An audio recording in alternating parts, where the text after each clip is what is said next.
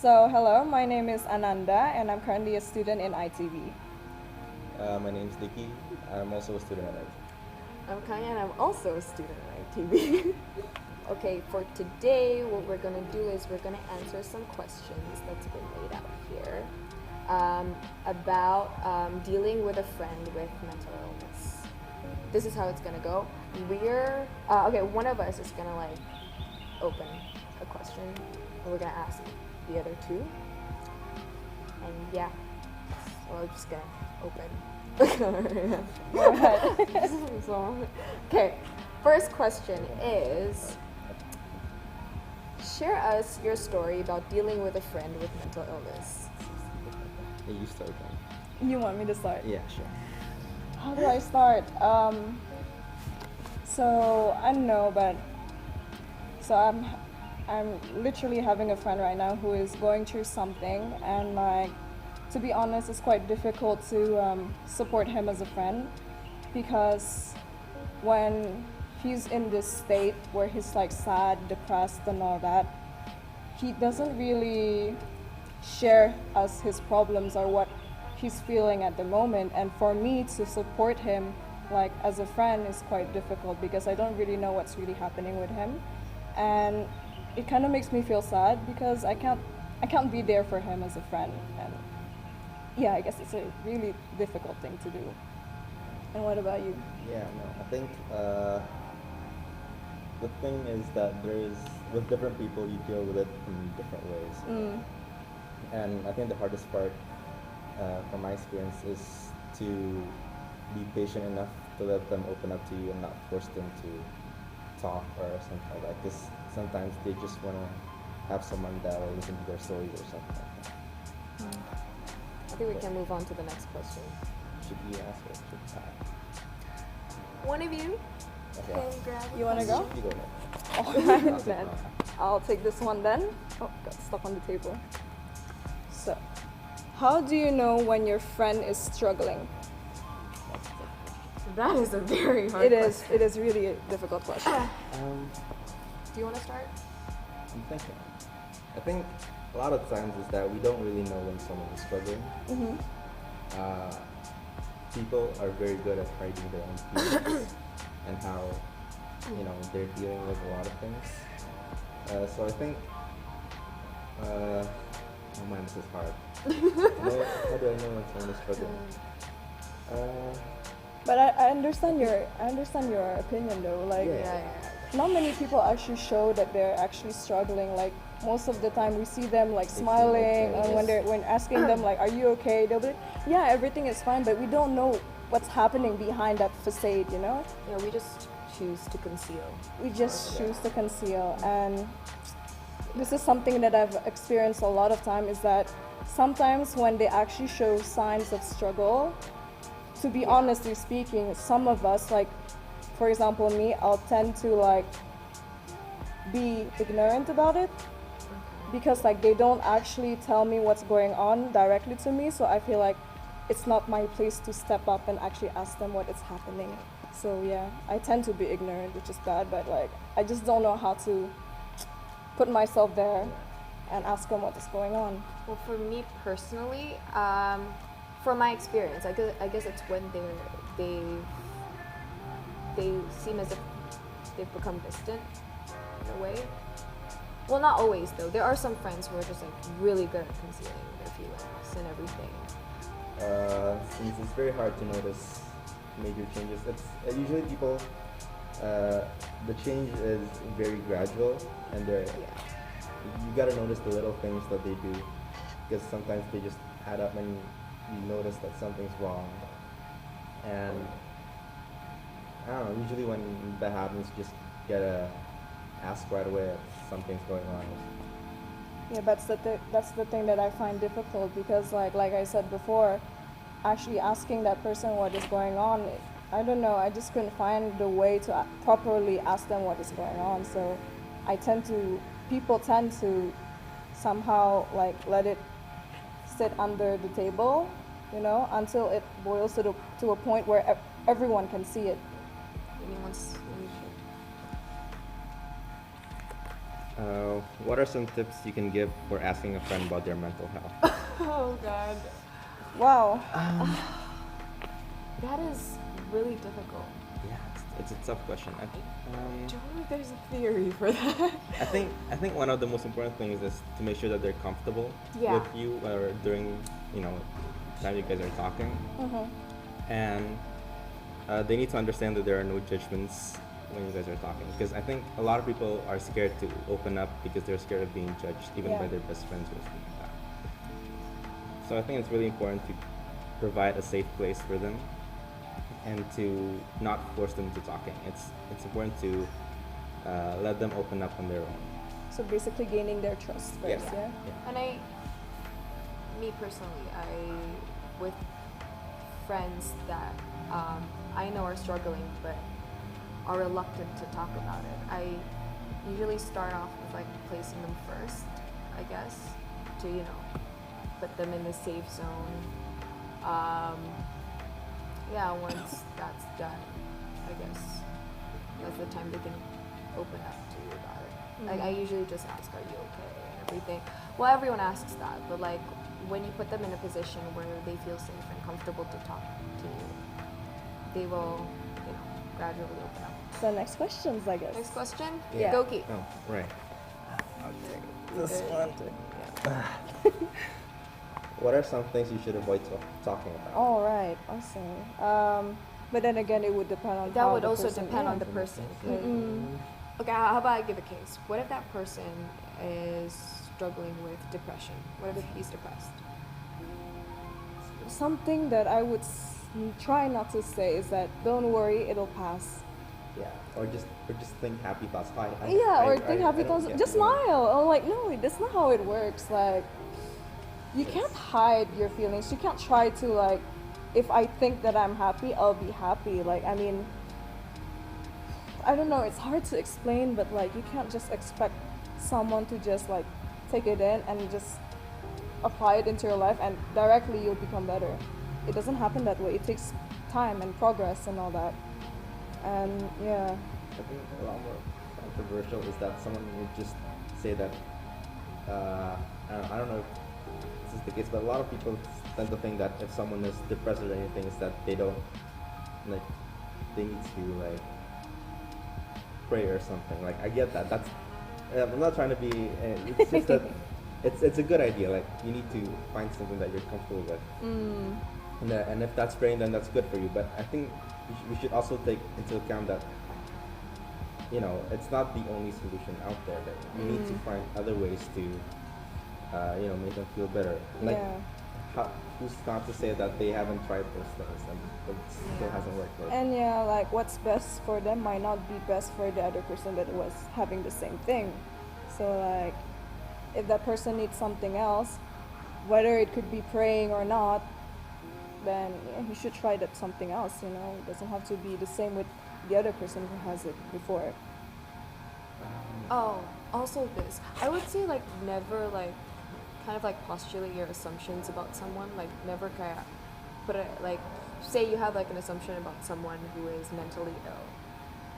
Just try not to say anything. Like just let them talk first. Like because when you place like by doing so by talking about your assumptions about them, like you're placing them in a position where like, oh, this guy feels like he knows me, but he doesn't. Yeah. Yeah. Because don't make assumptions. Yeah, just don't assume. don't Period. assume anything. I guess that's it. Does that answer the question? I don't know, but yeah. Well, the point is, the question is What hard was to that? answer because it's different from It's person different. to person. Mhm. Like, Yeah, it's not a it's case by case basis. You can't have a list of things that you can't talk about. Yeah, that was a good question, right? Quite good question, yeah. All right, I'm gonna put. How does it affect you mentally? Oh, oof. That's a really good question. I know. To be honest, from my experience with having friends that were going through those bad days, and some of them are still are, it's like I feel the weight of it sometimes. Like I felt like, because like I was their friend and they were also mine, I felt like it was also my duty to keep them happy and like to support them, to protect them and all that. But as you go deeper, because like I'm not a professional, right? So like even if I try to give them advice, I'm not sure whether that thing would be good for them, right? And so like if we tend to, go deeper, like we can't find a solution for that. And like I just feel like as if my stuff is getting into the mess even more, and you'll feel the weight. Like I don't know how to explain it, but you feel like it's really heavy, and like you'll also be in a bad mood as well, It's just being empathetic and sympathetic. I think because you care about this person, it's your friend, and you feel like the last thing you want is for them to, feel bad, feel yeah. sad. Like And we don't want them to feel like that. kind of take that burden on yourself sometimes. Yeah. Yeah, you do feel a sense of responsibility over the well-being of your friend during their Hardest times. Yeah. You shouldn't feel like a burden, but like Because you also have to think about your own. Yeah. I've never actually thought of it as a burden, like ever. When a friend is like struggling with something. Yeah, no, but I think it's more like you feel like you're responsible. Yeah, to an extent, you do feel responsible. Also, at times, I'll just be completely honest. Having been through what I went through, and knowing that my friend is struggling, there are times where what they do kind of triggers me in a way, like mentally, because we find some similarities going on between the two of us, and yeah, that's how at least how it affected me mentally.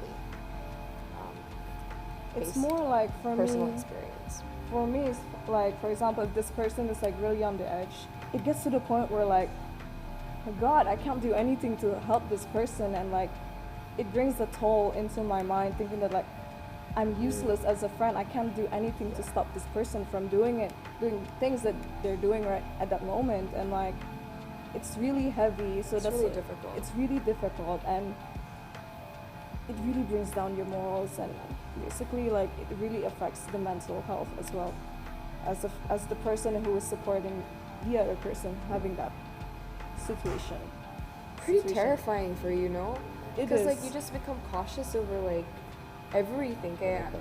You want to ask, like you suddenly have this drive to ask how they are, like You have more to- than usual.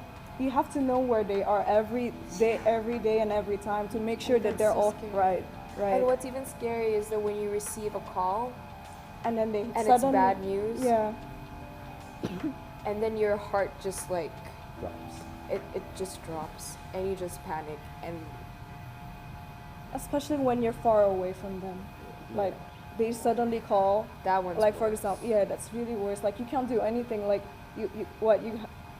by the time you arrive to that place, we will never know what would happen during that period. Like it's stress. For me, it really stressed me out, and I can't fathom the fact that like oh God, we just worry too much It's- at it's like- at that point. Like a lot of things are going through your head at the time. And, like you want to help, but at the same time you can't really compose yourself enough to help. So I guess it affects us in a lot of ways.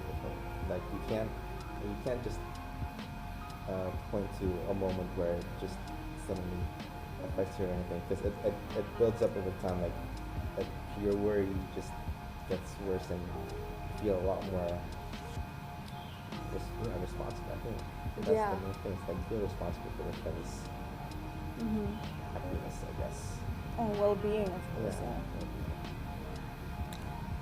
But that's okay because we'll always be there for you. All right. Next question. So, last question. That's Let's last see. question. All right. How do you talk to a friend with mental illness? well, firstly you have to. You put them first. Yeah, of course you put them You first. put them first. And you have to make sure that they feel like they don't have anything wrong with them. That whatever they're feeling Yeah. is valid. The worst thing that you can ever do to someone who is struggling with mental illness is to make them feel like something is wrong with them. Honestly. Because you're Well, trying to that's in my avoid that. Yeah, you're true. Yeah, it's like, do not make them feel worse than they're already feeling. It's By like considering them and like Kanya said before, assuming them that they have something going on with their mental health is like basically isolating them more and like straying them more from the path of like I can be okay again. Do you get me? Like by putting labels on them, they feel like, oh damn, I'm gonna be stuck there forever. There's no way for me to go back to the right path. There's no way for me to get better. he's back. The cat is really Okay. Come here. For me personally, I try to avoid dictating them on what they should do. It just makes them feel like they have like these borders around them. Yeah, because I wouldn't like it when a friend tells me what to do Not to when do I'm that. at my lowest point. You know. But of course you have to make sure that yang wajar lah gitu loh. Like you don't have to, like for example if they're doing something that are not good, if they're doing something that is not good, then it is still okay to tell them please don't do that because it's bad. but that one's fine. That one is Like, fine. Yeah. When your friend is at the verge of like doing something that is harmful to themselves, Putting themselves into it. yeah, but don't like reinforce anything too much. It's just gonna set them off. I don't know. That's what I think. I feel like the more you tell them to not do it, the more they'll do it. Depends on the person. It also depends on the person, but from my experience, that's what they did, and it was kind of hard to prevent them from doing this. They always find out new ways to like to do what they're not supposed to do, and I know it's quite hard. Yeah, I think a lot of times the most important thing is don't make them feel like they're alone. Yeah. Make sure that they know that you're there for them. I think like sometimes when someone's dealing with a lot of things, like when you ask them to go out or something like that, they tend to like decline the invitation. I think a lot of times it's important to just keep inviting them and make them feel like they're still wanted. Yes, that they're still a part of the group, even though they have something going on. It doesn't make them any less than the rest of us, basically. They're Yeah. still your friend. They're still just like person Just having a hard time. Yeah, they're dealing with a lot of things. And also something that I would give advice to my friends is that, like, honestly speaking, we cannot be there for them 24/7. There will be times where they'll be calling us or texting us, but we'll have our phones off or whatever, you know. It's okay to consult a professional, and I mean by a professional is that a psychiatrist. A psychologist, I'm sorry, psychiatrist, no, not yet. This one is a different term. So yeah, people tend to confuse between psychiatrists and psychologists. Yeah, they do a lot here. They do a lot in here. Some mental illness does not require pharmacological effect where you need medicine, drugs for that. So Depends yeah, on the- it depends on the mental illness. So don't just assume that you have a mental illness, whatever that may be, that you have to go to a psychiatrist, yeah. Yeah. So yeah, so Just it's encourage them to talk to a professional. yeah, it doesn't 'cause- have to be a professional Yeah. consultant as well. Like they can join like a support group as well. Because like you have no idea how many people here are struggling. And they're just so scared to like seek help. Yes, because it's taboo, right, in here. It's taboo. So yeah, so what I tell my friend is that if I'm not there, there is always other people that will be there for you. It doesn't have to be me. You can always talk to your family, your parents, your siblings, even your docent if you're quite close to them, you know? People will be there to help you as long as you creative. seek for it. Yeah. It's important for them to find someone with them. To Yeah. really talk about it. Again, just Shoulder to- to Yeah. you know. Make sure they know they're not alone. Yeah. Because a lot of us, it's it's very hard when you think we're alone and going through a lot of stuff. Is So you have no one to support you or something like that. Just make sure you know. Make sure they know that that's not true. yeah. You matter. Everyone matters, right? Yes, everyone matters. Every life matters. Yeah, I guess that answers the question. I guess. We've answered everything. Do you guys want to add on to anything? Well, what I want to say is that it's okay to talk to someone. It's okay to open up to people. It's okay to be vulnerable. Everyone does that. Yeah. Like you don't have to be strong all the time. It's okay to shed a few tears, or even a lot. It's okay. Well, actually, for going through that, you are already strong. Yeah. Making a commercial. I think like there's this notion here that, for example, like as a guy, I think there's a lot of pressure put in Indonesia that you can't have you can't show your Feelings. feelings. Yeah. Listen to the dude. You can't be emotional, but I think it's one I of think the that's biggest problems. Because like the more you like keep it to yourself, like the more it's gonna be. It's just gonna get progressively worse. Like you need to find someone that you're Comfortable with.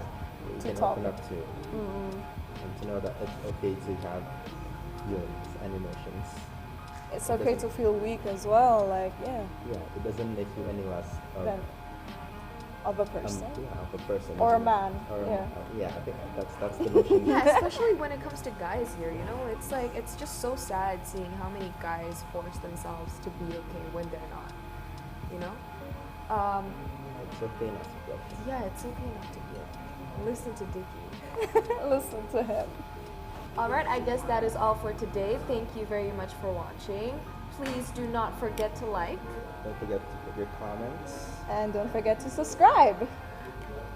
Bye guys.